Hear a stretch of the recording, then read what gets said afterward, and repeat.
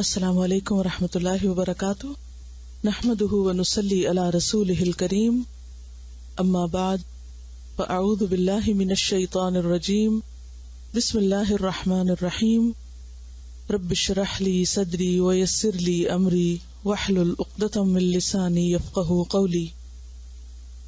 الحرص، حرص، گریڈ۔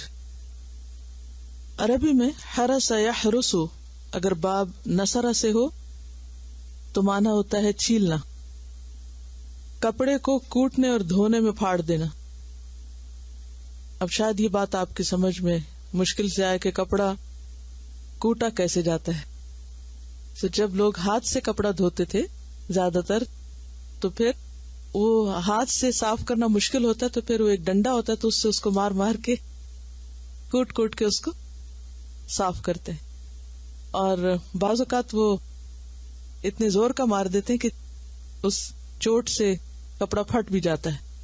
تو وہ جو پھٹتا ہے کپڑا، وہ عام پھاڑنے کی طرح نہیں ہوتا، بلکہ وہ بیچ میں ایک چھوٹا سا ہول سا بن جاتا ہے۔ زخم کے چھیلنے کے لیے بھی آتا ہے، کپڑا پھٹنے کے لیے۔ ہر سا بیسیکلی کہتے ہیں زخم کو جو کچھ کھال کو پھاڑ دے۔ بعض زخم ایسے گہرے ہوتے ہیں کہ جس سے کھال پٹ جاتی، اور حرس یحرس باب سمع سے ہو تو معنی ہوتا ہے لالچ کرنا۔ اسی سے لفظ حریصہ ہے، صاد سے۔ سخت بارش جو زمین کو صاف کر دے۔ تو اب دیکھیے کہ ان تمام لفظوں میں ایک چیز کامن ہے، اس مادے کی مختلف شکلوں میں ایک چیز کامن ہے، اور وہ کیا؟ شدت، اور کسی چیز کے اندر اتنا چلا جانا، اس ایکسٹریم پہ جانا کہ اس چیز کو نقصان پہنچ جائے۔ مثلا کپڑے دھونے میں اس کو اتنا کوٹنا کہ وہ پھٹ جائے، زخم اتنا چلنا کہ وہ گڑا بن جائے، اور اسی طرح بارش اتنی برسے کہ زمین جو ہے وہ اس کے اندر چھوٹے چھوٹے گڑھے بن جائیں، یا بالکل اس کے اوپر جو کچھ ہے وہ سب صاف ہو جائے۔ تو اسی سے آپ حرص کا معنی سمجھ سکتے ہیں۔ تو حرص کہتے ہیں بنیادی طور پر زیادہ کی طلب، ملے ہوئے پہ راضی نہ ہونا، اور مسلسل زیادہ کی کوشش میں رہنا، اور ہو مور اینڈ مور، کسی حد پہ جا کے نہ رکنا۔ اور یہ دراصل قناعت کی ضد ہوتا ہے۔ قناعت کیا ہوتا ہے؟ کہ جو ملا ہے اس پر راضی ہے، مطمئن ہے، پرسکون ہے۔ زیادہ کی کوشش کرے انسان، لیکن جو ہے اس کو نہ بھولے، اس کو قناعت کہتے ہیں۔ لیکن حرص کیا ہے؟ کہ جتنا بھی مل جائے وہ تھوڑا ہی ہو انسان کے لیے، اور اس سے زیادہ کی خواہش کرے۔ انسان کی جو مادی ضروریات ہیں ان کے 3 درجے ہوتے ہیں۔ مادی ضروریات کے 3 درجے۔ نمبر 1 ضرورت، مثلا کھانے پینے کے لیے، سونے کے لیے، رہنے کے لیے مختلف چیزوں کی ہمیں ضرورت ہوتی، اس کے بغیر ہم جی نہیں سکتے۔ دوسرا درجہ ہوتا ہے راحت، کہ ایسا کھائیں کہ جس کو کھا کے مزہ آ جائے، سکون آ جائے۔ سونے کی جگہ ایسی ہو کہ جس پہ بہت پرسکون سو سکے، کپڑا ایسا پہنا ہو کہ جو آپ کو سکون دے، یعنی ہر چیز میں راحت، آرام۔ یہ ضرورت کا اگلا درجہ ہے۔ اور اس سے بھی آگے ایک اور درجہ ہے، اور وہ ہے تعیشات کا، لگژری۔ ایک ہے نیڈ، ایک ہے نیسیسٹی، اور پھر دوسری ہے راحت، دوسرا درجہ کمفرٹ کا، اور تیسرا درجہ لگژری کا۔ عموماً کیا ہوتا ہے؟ سب سے پہلے انسان اپنی ضروریات کے لیے ہاتھ پاؤں مارتا ہے۔ جس کے پاس کچھ نہیں ہوتا وہ اسی میں جان مار رہا ہوتا ہے کہ کچھ کھانے کو مل جائے، پیٹ بھر جائے، کچھ پہننے کو، تن ڈھانپنے کو مل جائے، کہیں رات گزارنے کی جگہ مل جائے۔ لیکن جب انسان کو یہ مل جاتا ہے تو پھر کیا ہوتا ہے؟ وہ کہتے تھوڑا سا اچھا ہو جائے، اچھے کی تلاش میں۔ بہتر ہو جائے. معمولی پکانے پہ راضی نہیں، معمولی پہننے پہ راضی نہیں، معمولی گھر پہ راضی نہیں. پھر انسان کیا کہتا ہے؟ تھوڑی سی ایفرٹ اور لگائے اور ان سب چیزوں کو عمدہ بنا لے. پھر اس کے بعد وہاں بھی نہیں رکتا. بھئی ایک سٹینڈرڈ کی ہر چیز ہو گئی، گزارا ہو رہا ہے اور کمفرٹیبل گزارا، جسے ہم عام طور پہ کہتے ہیں نا کمفرٹیبل لیونگ، ٹھیک چل رہا ہے سب. اب کیا کرنا چاہیے جب آپ کمفرٹیبل لیونگ ہے آپ کے پاس؟ تو اب آپ توجہ فرمائیں، زندگی کے بلند مقاصد کے حصول کے لیے کوشش کریں. لیکن اب یہاں آ کر انسان کے پاس دو چوائسز ہوتی. یا تو انسان ان ضروریات کے ساتھ آخرت کمانے کی فکر میں لگ جاتا ہے، یا پھر آخرت کو بھول کر مزید دنیا کی طلب میں لگ جاتا ہے. اور جب انسان عیش و عشرت میں پڑ جاتا ہے، جب اسے عیش و عشرت کی تلاش ہو جاتی ہے، تو پھر اس کی کوئی بھی حد نہیں، کوئی لمٹ ہی نہیں، کوئی اینڈ ہی نہیں. وہ ایک لامتناہی کوشش ہے، جس کو حدیث میں کس چیز سے تعبیر کیا گیا کہ اگر ابن آدم کے لیے سونے کی 2 وادیاں ہو جائیں تو وہ تیسری کی خواہش کرے. تو 2 کیا ہے مثلا؟ ضرورت اور کمفرٹ. وہ اس پر نہیں رکتا بلکہ کیا کرتا ہے؟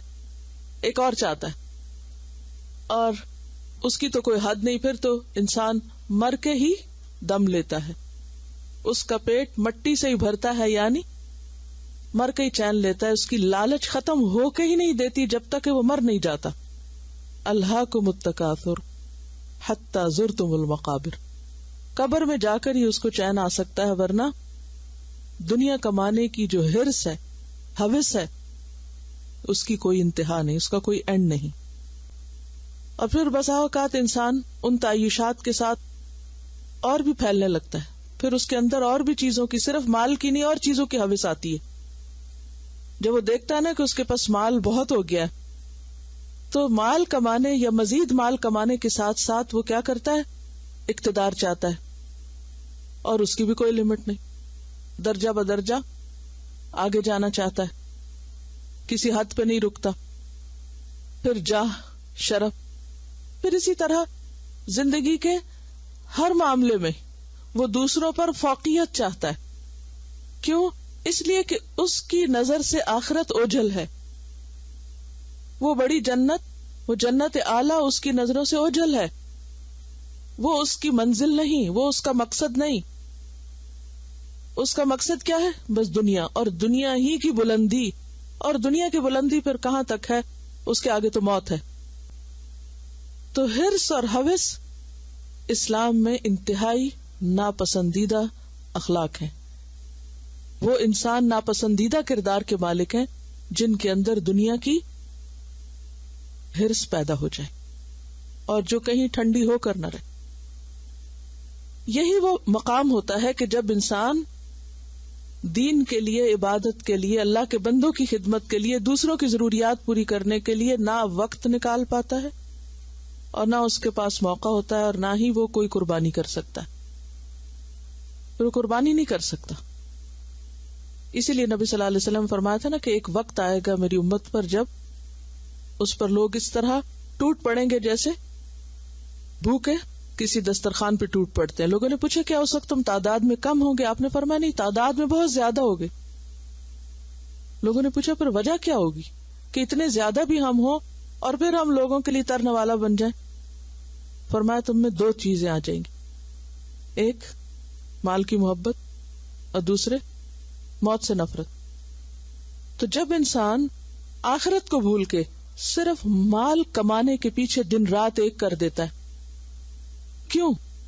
اس لیے نہیں کہ اس کے پاس کھانا نہیں، اس لیے نہیں کہ اس کے پاس پہننے کو کپڑا نہیں، اس لیے نہیں کہ اس کے پاس گھر نہیں، اس لیے کہ وہ ضروریات پر قناعت نہیں کرتا.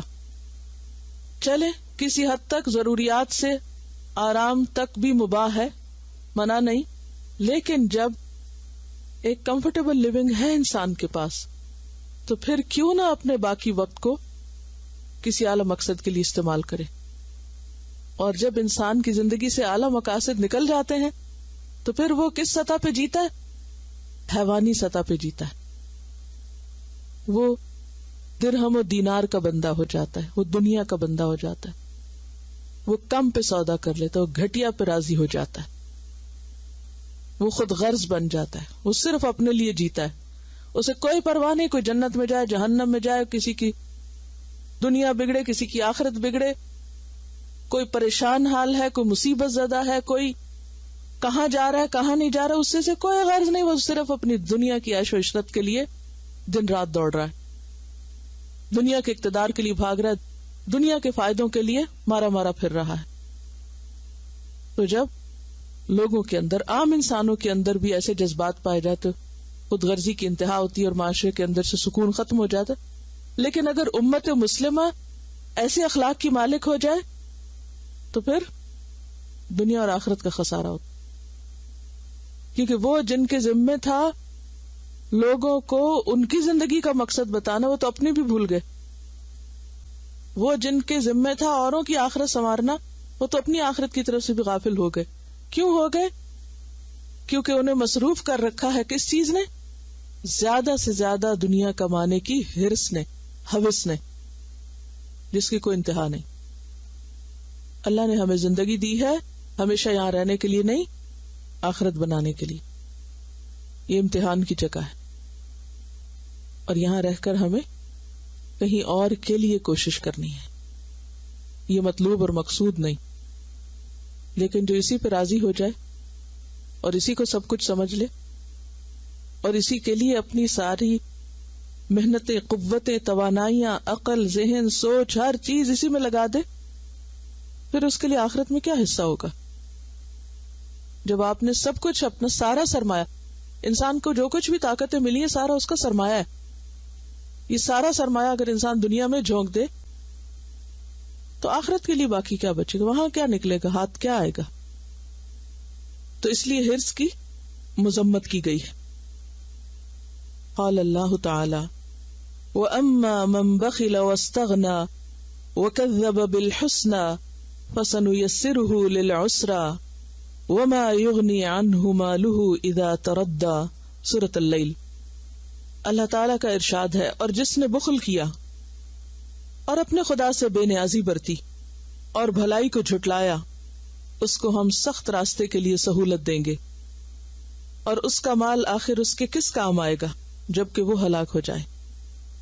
وَأَمَّا مَن بَخِلَ، اور جو کوئی بخل کرے، یعنی سارے فائدے صرف اپنے لیے سمیٹے، بخل آپ پیچھے پڑ چکے، وَاسْتَغْنَى، اور خدا سے بے نیازی برتے، یعنی اس کی عبادت اور اس کے دین کی خدمت اور اس کے ذکر اور اس کی محبت اور اس کی یاد سے، تو انسان کا پھر حال کیا ہوتا ہے؟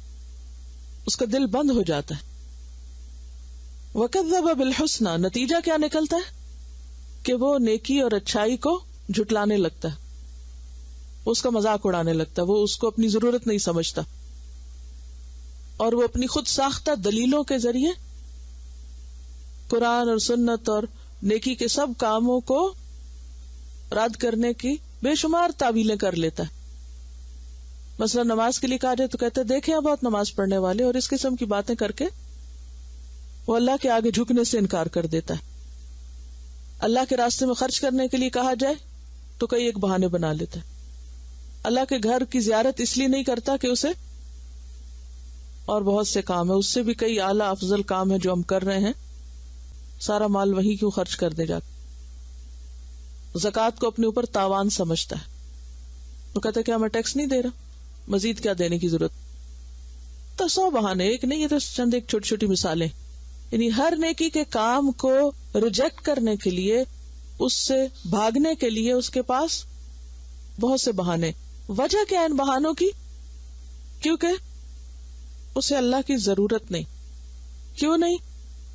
کیونکہ اس کے پاس اتنا مال ہے اور اس نے اپنے لیے اتنا سمیٹ سمیٹ کے رکھا ہوا ہے، جمع مالا وعددا، کیا وہ سمجھتا ہے کہ میرا مال ہی مجھے کافی ہے؟ یحسب ان مالہ اخلدہ، وہ سمجھتا ہے میرا مال ہمیشہ میرے پاس رہے گا اور یہی مجھے بچائے گا۔ تو یہاں اللہ تعالیٰ کیا فرماتے؟ وما یغنی عنہ مالہ اذا تردی، اسے کیوں بھول گیا ہے کہ اس کا مال اسے نہیں بچائے گا جب وہ خود ہلاک ہوا۔ اور دنیا میں ایسے لوگوں کا انجام کیا ہوتا ہے؟ فَسَنُيَسِّرُهُ لِلْعُسْرَى، ہم اسے دشوار راستے کی طرف آسانی کریں گے، یعنی اسے ایسے راستے پہ چلائیں گے جو بظاہر بڑا خوبصورت ہے، لیکن وہ اینڈ کہاں ہوگا؟ اس ہلاکت خیز جگہ پہ جا۔ کیونکہ کبھی آپ نے دیکھا ہوگا کہ نئی روڈز بن رہی ہوتی ہے نا، تو ان پہ کبھی کوئی اور پہلے ٹریفک نہیں گئی ہوتی، تو وہ اتنی اسموتھ ہوتی ہے اور اتنی اچھی اس پہ گاڑی چلتی ہے نا، تو بسا اوقات کیا دل چاہتا ہے انسان کا کہ کسی پرانی سڑک پہ چلنے کی بجائے کیا کر اس نئی روڈ پہ چلے، اور ہوتا کیا، آپ بڑی خوبصورت ڈرائیو کر کے اینڈ پر پہنچتے ہیں تو یو آر نو ویئر، کیونکہ آگے کنیکٹ نہیں ہوتی، ابھی اس کا کوئی کنیکشن نہیں ہوتا، تو آل دا وے آپ کو واپس آنا پڑا۔ انسان اپنی زندگی میں اسی طرح کسی نہ کسی راستے پہ چل رہا ہے، یا دنیا کے راستے پہ یا آخرت کے راستے پہ۔ تو جو آخرت کے راستے پہ نہیں چلا اور صرف دنیا کے راستے پہ چل رہا ہے، تو اس کا انجام وہاں جا کے کیا ہوگا، اور وہاں سے تو واپسی بھی کوئی نہیں۔ جب موت نے آ کے دبوچ لیا، پکڑ لیا، پھر واپس نہیں چھوڑے گی۔ کیا وہ آ کے تلافی کرے انسان اور اپنی پرائرٹیز کو دوبارہ سے سیٹ کرے کہ اب اس کی پرائرٹی آخرت ہو اور دنیا نہ ہو۔ تو اسی کی طرف یہاں پر توجہ دلائی گئی۔ قال اللہ تعالی الہاکم التکاثر حتی زرتم المقابر، سورۃ التکاثر۔ اللہ تعالی کا ارشاد ہے، تم لوگوں کو زیادہ سے زیادہ اور ایک دوسرے سے بڑھ کر دنیا حاصل کرنے کی دھن نے غفلت میں ڈال رکھا ہے، یہاں تک کہ اسی فکر میں تم لبے گور تک پہنچ جاتے ہو، یعنی قبر تک پہنچ جاتے ہو۔ کامیاب انسان وہ ہے جس کا دل حرص سے پاک ہو، جو کم پہ راضی ہو جائے اور اللہ کی طرف بڑھنے میں زیادتی کا طالب ہو، زیادہ کوشش کرے۔ لیکن کیا چیز انسان کو اللہ کی یاد سے غافل کیے رکھتی ہے؟ کیا چیز اس طرف لے جانے سے روکتی ہے؟ بہت دفعہ ایسا ہوتا ہے نا، ہمارے اپنے سامنے دو راستے ہوتے ہیں، ایک دنیا کی طرف جاتا ہے، ایک آخرت کی طرف، ایک وقتی فائدوں کی طرف جاتا ہے اور ایک بڑے فائدوں کی طرف۔ ہم کس طرف چلتے یا چلا دیے جاتے؟ ویسے ایک بات ہے کہ ہم سب سوچتے نہیں، ہم پہ کسی کی مرضی نہیں چل سکتی، لیکن بہت دفعہ جب دنیا اور آخرت کی چوائس کا وقت ہوتا ہے تو ہم دنیا کا راستہ یہ کہہ کے اختیار کر لیتے ہیں کہ ہم پہ دوسروں کا پریشر ہے، کیونکہ چوائس اپنی بھی ہوتی۔ اگر ہمارے اپنے اندر آخرت کی ڈٹرمنیشن ہو جائے تو کسی کی مجال نہیں کہ کوئی ہمیں کسی اور طرف لے جائے، لیکن اگر اپنے اندر کوئی چور چھپا ہوا ہے دنیا کی محبت کا، تو پھر صرف باہر سے ایک بہانہ چاہیے، ایک اندر بیٹھا ہو نا اور ایک باہر سے شے مل گئی تو اسی راستے پہ چل پڑے۔ تو الہاکم التکاثر، اور اس کے پیچھے کیا ہوتی ہے کہ ابھی جو کچھ ہے یہ ضرورت پوری نہیں کرتا، اور انسان جھوٹ موٹ کی بھی بہت سی ضروریات بڑھا لیتا ہے، اور پھر مزید بھی ہونا چاہیے، اور معلوم نہیں بڑھاپا کیسا ہوگا، اور معلوم نہیں پھر ہمارے بچوں کے لیے کیا ہوگا، اور پھر ہمارے بچوں پہ کوئی وقت ایسا برا نہ آ جائے کہ وہ اپنے بچوں کو لک آفٹر نہ کر سکے، لہٰذا ان کے لیے بھی کچھ ہو جائے۔ کہاں تک انسان پھر اپنی ضروریات بڑھا لیتا ہے۔ تو الہاکم التکاثر، کثرت کی طلب غافل کیے رکھتی ہے اس اعلی اور افضل مقصد کی تکمیل سے۔ حتی زرتم المقابر، یہاں تک کہ تم قبروں کو جا وزٹ کرتے ہو، قبرستان پہنچ جاتے ہو۔ ہر انسان ایک قبر میں جاتا ہے، مقابر کیوں کہا؟ یہاں تک کہ تم مقبروں کی زیارت کر لیتے ہو۔ اگر آپ کبھی قبرستان جائیں تو دیکھیں تو وہ بھی ایک بستی ہے نا، وہ بھی ایک شہر ہے، ہول سٹی، وہ بھی ایک دنیا ہے، وہاں بھی لوگ ساتھ ساتھ سو رہے ہیں۔ یعنی تم زندہ لوگوں کے شہر سے اٹھ کے قبر والوں کے شہر میں جا پہنچتے ہو، تم بھی انہی میں مل جاتے ہو۔ اور وہاں انسان خود نہیں پہنچتا نا، بہت سے لوگ ساتھ لے کے جاتے ہیں نا۔ کوئی بھی انسان خود تو اپنی قبر میں نہیں پہنچتا، کم از کم 2 لوگ تو چاہیے ہوتے ہیں، ایک شخص ایک کو نہیں ڈال سکتا، 2 لوگ چاہیے ہوتے ہیں اس کو نیچے اتارے۔ تو زرتم، مرنے والا تو جا ہی رہا ہوتا ہے، جو اسے لے کے جا رہے ہوتے ہیں نا وہ بھی بار بار زندگی میں یہ منظر دیکھتے ہیں کہ آج یہ جا رہا ہے، اس کو یہاں جگہ ملی، کل مجھے بھی یہیں آنا ہے۔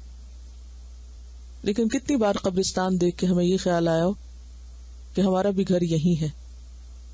ہم سب اپنے دنیا کے گھر کے لیے کتنے فکر مند ہوتے ہیں۔ کئی لوگوں کو دیکھا ہے بلا وجہ صرف اس غم میں مبتلا رہتے ہیں کہ ان کا اپنا کوئی گھر نہیں، ابھی تک نہیں بنا سکے.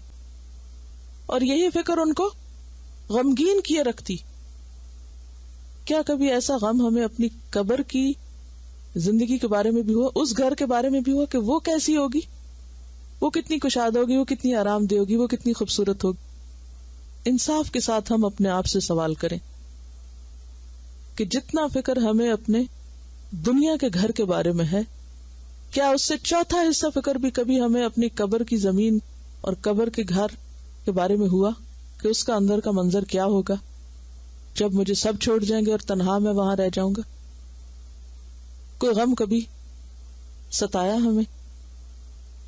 کبھی یاد آئی اس کی, کبھی فکر لگی اس کی, کبھی پریشانی ہوئی, کبھی بے چین ہو کے اٹھے, کبھی کسی نے کہا کہ آج رات مجھے نیند نہیں آئی کیونکہ مجھے بہت ہی قبر یاد آتی رہی.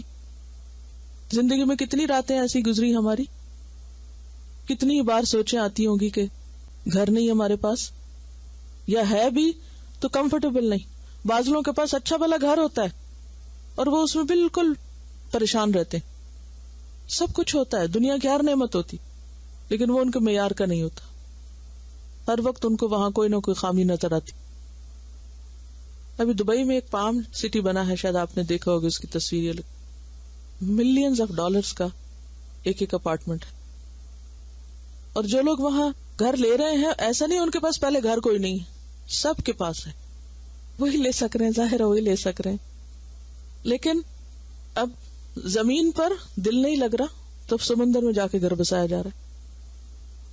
پھر وہاں بھی نہیں لگے گا تو پھر آگے پتہ نہیں کہاں جائیں گے, پھر آگے تو وہ آگے جانا ہے نا, جہاں مرضی بنا لے.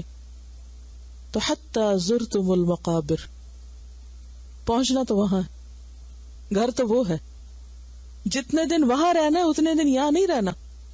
محل بھی کھڑا کر لیں تو نہیں رہنا یہاں اتنے دن.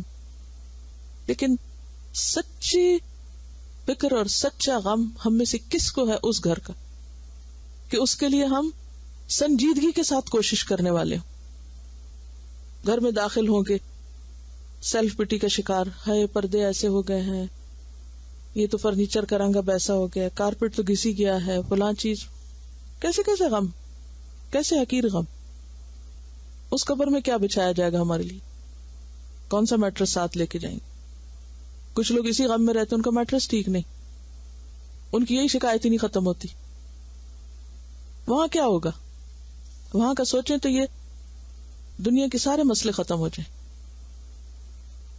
تو عقل مند وہ ہے, کامیاب وہ ہے جو دنیا کی کم نعمتوں پہ راضی ہو کر, دنیا کی کم نعمتوں پہ راضی ہو کر آخرت کی زیادہ ہرس میں لگ جائے, فوکس تبدیل کر دے. کیونکہ زیادہ کی تلاش تو ہے ہر انسان کے اندر. قبلہ کا رخ بدل لیں, دنیا کو پیچھے کر کے آخرت سامنے کر لیں, اپنا رخ موڑ لیں اگر واقعی کامیابی چاہتے ہیں. اور آخرت کے لیے کوششیں صرف اسی وقت زیادہ ہو سکتی ہیں جب دنیا کی طرف سے ذرا دھیان ہٹے, تب زیادہ ہو سکتی ہے وہاں کی کوشش. اگر سارا دن دنیا کے بارے میں سوچتے رہنے سے فرصت ہی نہ ملے تو آخرت کے لیے سوچا بھی کب جائے گا. اور کوشش تو پھر بہت بعد میں آتی, کرتے کرتے انسان عادی ہوتا ہے کسی بھی کام کے لیے کوشش کرنے کو. قال اللہ تعالی وَإِنَّهُ لِحُبِّ الْخَيْرِ لَشَدِيدٌ. العادیات. اللہ تعالیٰ کا ارشاد ہے, اور وہ انسان مال و دولت کی محبت میں بری طرح مبتلا ہے, شدید شدت کے ساتھ. اور یہی شدت دراصل ہرس, یہ انسان کی کمزوری ہے. اور اللہ نے انسان کے لیے دنیا کی مال و دولت کی محبت بطور آزمائش رکھی. جیسے سورۃ آل عمران میں آتا نا, زُيِّنَ لِلنَّاسِ حُبُّ الشَّهَوَاتِ من النساء والبنين والقناطير المقنطرة من الذهب والفضة والخيل المسومة والأنعام والحرث ذلك متاع الحياة الدنيا. ان سب چیزوں کی اٹریکشن اور محبت امتحان کے لیے رکھی گئی, کیونکہ اگر اٹریکشن نہیں ہوگی تو امتحان بھی نہیں ہوگا. اب ہماری کوشش کیا ہونی چاہیے کہ اس اٹریکشن کو کم کر کے خود کوشش کریں آخرت کے لیے, تو جو اس کے لیے کوشش کرے گا، من اراد الآخرۃ وسعی لہا سعیہا، اور واقعی حقیقی کوشش کرے گا، اس کو وہ آخرت کا گھر ملے گا. کیونکہ یہ دنیا تو کھینچ رہی ہے، ہمیں کھینچ رہی ہے، اور ہمیں کیا کرنا ہے؟ اس کے اگینسٹ اپنے آپ کو کھینچ کر اس چیز کی طرف موڑنا ہے، اس میں دل لگانا ہے، اس کے لیے کوشش کرنا ہے جو ہمیشہ کا گھر ہے. جو اس میں کامیاب ہو گیا وہی دراصل کامیاب ہے. آپ دیکھیں کہ بعض اوقات انسان چلتے ہوئے کہیں اٹک جاتا ہے نا، تو اگر انسان اپنے آپ کو نہ چھڑائے تو کیا ہو سکتا ہے؟ مثلا بعض اوقات پنکھے میں آپ کا مثلا دوپٹہ آ گیا، یا کوئی گاڑی میں آپ کا کپڑا باہر پھنس گیا، یا کسی اور. اب کیا کرتے ہیں آپ؟ چھڑاتے ہیں نا، کتنا زور لگاتے ہیں چھڑانے کے لیے. اور اگر نہ چھڑا سکے تو کیا کرتے ہیں؟ اپنے اوپر سے اتار کے پھینک دیتے، لے جاؤ لے جاؤ، میری جان چھوٹے. ایسے ہی کرتے ہیں. دنیا ہمیں اسی طرح اپنے اندر پھانس رہی ہے، کھینچ رہی ہے، لپیٹ رہی ہے. تو کیا کرنا ہوگا؟ یا تو چھڑا لیں اپنا آپ، یا پھر چھوڑیں اس کو اور اس کی طرف توجہ کریں جو واقعی نجات کی راہ. کیونکہ اگر دنیا کوشش سے حاصل ہوتی تو آخرت کوشش کے بغیر کیسے حاصل ہو سکتی؟ اس کے لیے بھی اتنی ہی شدید کوشش کرنی پڑے گی، اور آخرت سے بھی شدید محبت کرنی پڑے گی. کیونکہ محبت ایک ایسی چیز ہے نا جو انسان کے ہر جذبے پہ حاوی ہو جاتی، ہر چیز اس سے چھڑا دیتی.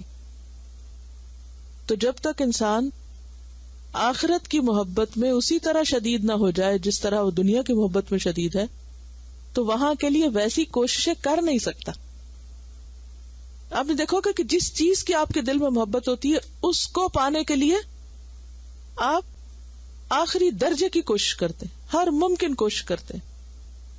آخرت کی چونکہ وہ محبت نہیں ہمارے اندر، لہذا اس درجے کی کوشش بھی نہیں. ہم کہتے رہتے ہیں مگر اس درجے کی کوشش نہیں. تو ہمارے سامنے دونوں چیزیں، دونوں راستے ہیں. چوائس ہمیں دی گئی، انتخاب ہمارا ہے کہ نمبر 1 کیا اور نمبر 2 کیا ہے. عن انس قال قال رسول اللہ صلی اللہ علیہ وسلم یحرم ابن آدم وتبقى منه اثنتان الحرص والامل. رواہ احمد. سیدنا انس رضی اللہ عنہ سے روایت ہے